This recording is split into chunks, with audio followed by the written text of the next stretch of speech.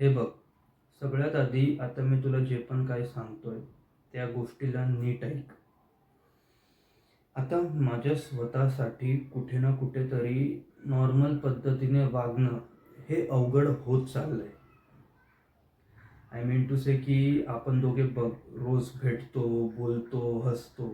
पण एक गोष्ट तुलाही जाणवते आणि मलाही जाणवते की आपलं रिलेशन आता आधीसारखं नाही राहिलंय.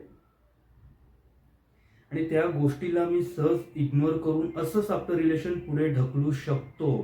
पण मग प्रत्येक कन्व्हर्सेशन माझ्या स्वतःसाठी ऍक्टिंग होऊन जाते. सी बघ, मी तुझ्यासोबत आता भांडायला नाही आलोय आणि मुळात तुझ्यावरती तर अॅक्युजेशन्स करायला आलोच नाहीये.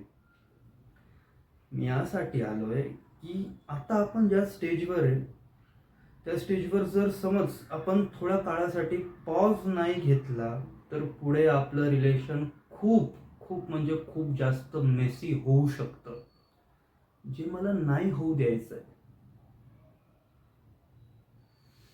सी, मी ब्रेकअप बद्दल नाही बोलत आहे. मी फक्त एवढं बोलतोय की थोड्या काळासाठी प्लीज तू तुझ्या कामावर लक्ष दे आणि थोड्या काळासाठी मी फक्त माझ्या आयुष्यावर लक्ष देतो.